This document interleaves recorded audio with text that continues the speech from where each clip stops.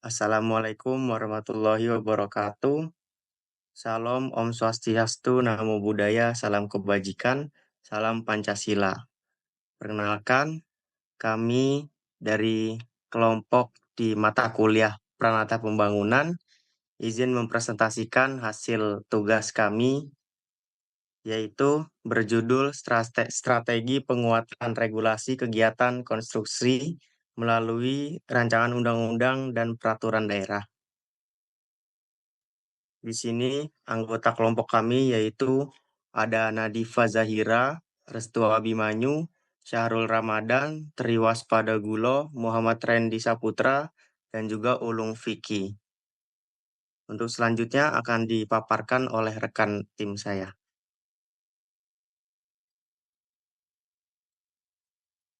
Next. Oke, selanjutnya latar belakang. Sektor konstruksi sangat penting bagi pertumbuhan ekonomi Indonesia, namun masih menghadapi berbagai tantangan seperti efisiensi, keselamatan, dan dampak lingkungan. Pemerintah berusaha mendorong konstruksi hijau melalui RUU, namun implementasinya terkendala oleh berbagai faktor seperti kurangnya harmonisasi kebijakan, resistensi industri, dan lemahnya pengawasan.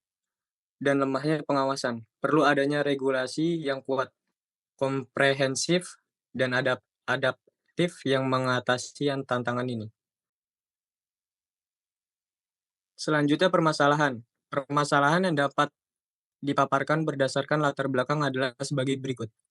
Pertama, bagaimana kondisi regulasi kegiatan konstruksi saat ini di Indonesia, khususnya terkait efektivitas, keberlanjutan, dan keselarasan antara kebijakan pusat dan daerah. Yang kedua, apa saja tantangan utama yang dihadapi dalam proses perumusan dan implementasi RUU atau Perda terkait kegiatan konstruksi.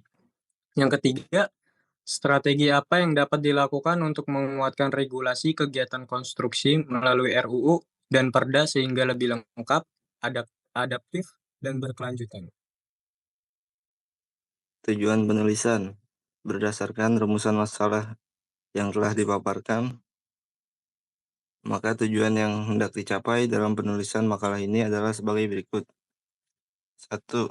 Menganalisis kondisi regulasi kegiatan konstruksi saat ini di Indonesia, termasuk efektivitas, keberlanjutan, dan keselarasan antara kebijakan pusat dan daerah.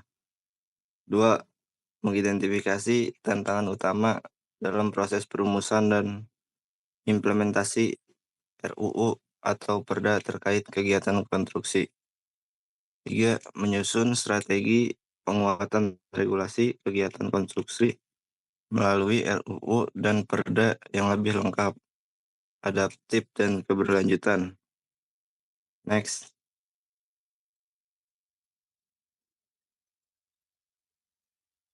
Kajian teori. Kajian teori ini bertujuan memberikan landasan konseptual untuk memahami regulasi kegiatan konstruksi dan strategi penguatannya. Teori regulasi. Regulasi terkait kegiatan konstruksi merupakan landasan hukum yang bertujuan untuk menciptakan tata kelola yang baik. Teori keberlanjutan.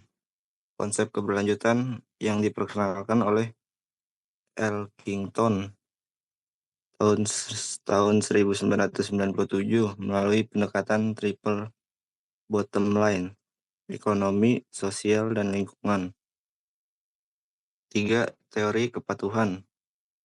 Kepatuhan terhadap regulasi sangat dipengaruhi oleh perspektif keadilan dan efektivitas aturan. Tyler tahun 1990 menekankan bahwa individu atau organisasi lebih cenderung mematuhi regulasi. Aturan tersebut dianggap adil dan relevan. 4. Teori manajemen risiko. Proyek konstruksi menghadapi berbagai risiko, mulai dari aspek teknis hingga lingkungan dan sosial. Kemudian analisis permasalahan. Yang pertama ada kondisi regulasi kegiatan konstruksi di Indonesia. Saat ini berbagai isu yang berhubungan dengan efektivitas, keberlanjutan, dan keselarasan kebijakan masih dipertanyakan ketika datang ke regulasi kegiatan konstruksi di Indonesia. Kedua, ada tantangan dalam proses perumusan dan implementasi RUU atau Perda.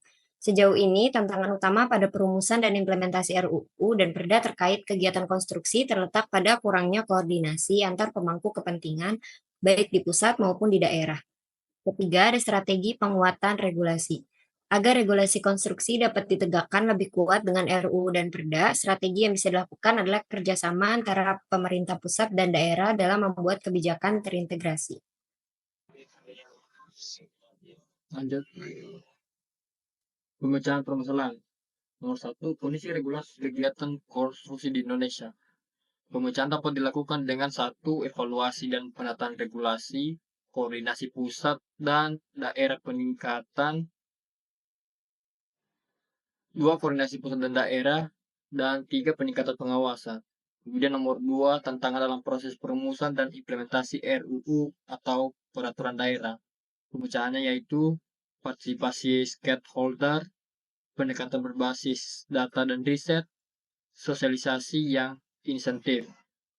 Ketiga, strategi penguatan regulasi. Pemecahannya yaitu penyusunan RUU atau Perda yang komprehensif, fleksibilitas dan adaptasi, penguatan infrastruktur dukungan, dan kolaborasi dengan industri.